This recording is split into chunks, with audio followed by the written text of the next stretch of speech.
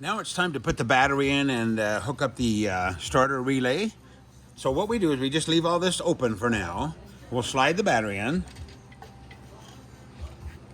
Maybe by chance yours will be a little different and it'll have to remove that screw right there to get it in there, but this one slides right in and fits nice.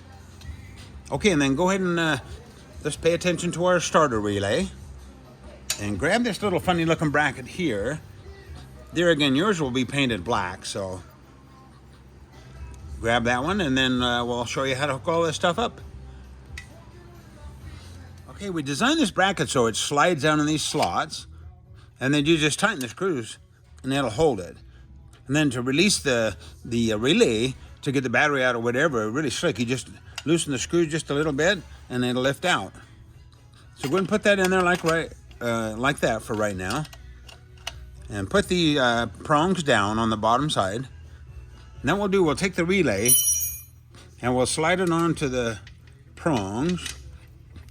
And it basically goes like this. If you look at this side that has the two little rubber slots, it just slides over those prongs. Just like that. And then we're going to go ahead and hook all this stuff up in a minute.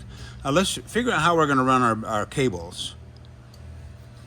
Okay, the way these wires ended up, we can't run them the way that they were on the stock bike. It's just impossible. So what I did is I took the positive wire first, and this is the one that you want to hook up first.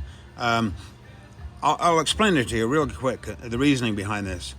Okay, whenever you're hooking up a battery, you want to do the positive first. Because say you touch that on there and a screwdriver or something got arced in here.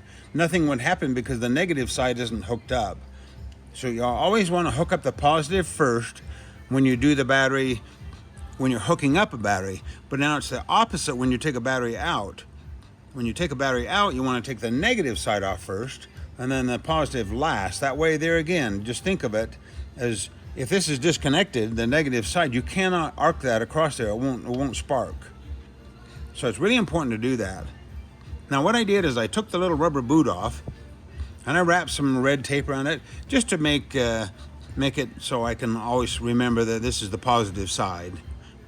Okay, now what I did, I had to kind of twist this wire around, and it's pretty stiff, so I had to kind of manhandle it around to get it to bend up to where it came out like it is here, right? Like it is here.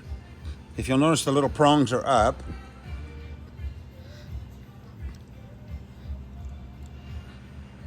Okay, what I'm going to do, I'm going to go ahead and fasten that to the positive side first. So on the negative side, I kind of screwed with it quite a bit, and the way that it seemed to come out the best was to run it over the top of the battery here like this, and then I run it down around here. There again, you'll have to twist this cable and handle it, twist it around and handle it so that it'll make all these bends. And then what you want to do at the end, I want it to just slide over like the original with the prongs down. That way it kind of hugs that terminal. And so that's the way mine came out the best. Just wrap it around this bracket, and then we'll go ahead and hook it on there. This actually came out really nice. So the way it works is this wire just loops around here and it goes to the positive. Make sure you snug that up really well because it doesn't have those prongs hanging down to hold onto the terminal. So snug that one up really good. And then this one just loops around behind this bracket and fastens just like it would on a stock setup.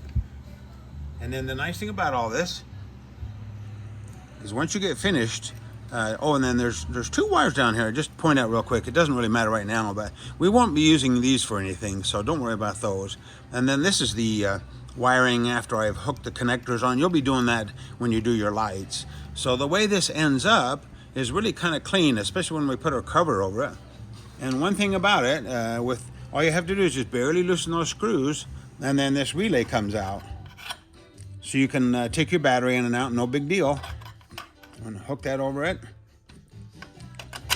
and tighten those back up. Pretty cool. Oh, I'm gonna go ahead and put one wire tie around this just to show you. I'm gonna not do both right now because I'm going to take this all out again shortly, but maybe on the future models I may just put one hole and one slot and then use a bigger, wider wire tie.